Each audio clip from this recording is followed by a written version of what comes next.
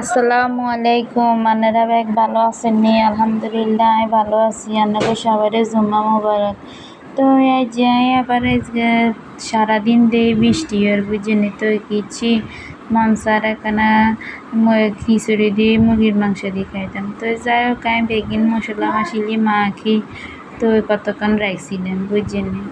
তো রান্নার কথা কি এখন মুরগির মাংস তো ব্যাগে রাঁধতে পারে তাই এখন রাতে সম্পর্ক সারা যদি আনলে যদি কোনো মানুষ কাঁদে মনে রাখবেন হে মানুষ আনেরা খুব ভালোবাসে, তারে কোনোদিন অবহেলা করিয়েন না, অযত্ন করিয়েন না, জীবনে হেতারে বাঁচি দেবেন বুঝছেন।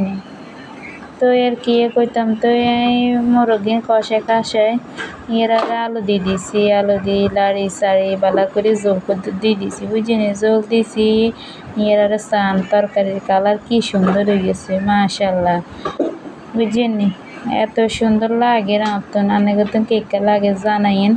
এর আরও ইয়ে আইসে তো দুগে কাঁচামরিচ দিয়ে দিছি, কাঁচামরিচ দিয়ে কতক্ষণ আবার উতরে লইছি, উতরে লেবার লাগে এর আরে চান আর রান্না শেষ।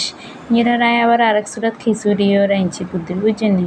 তো চাই ভিডিও চাই এখানে জানাইন আর খিচুড়ির আর মুরগির মাংস কিরকম আছে।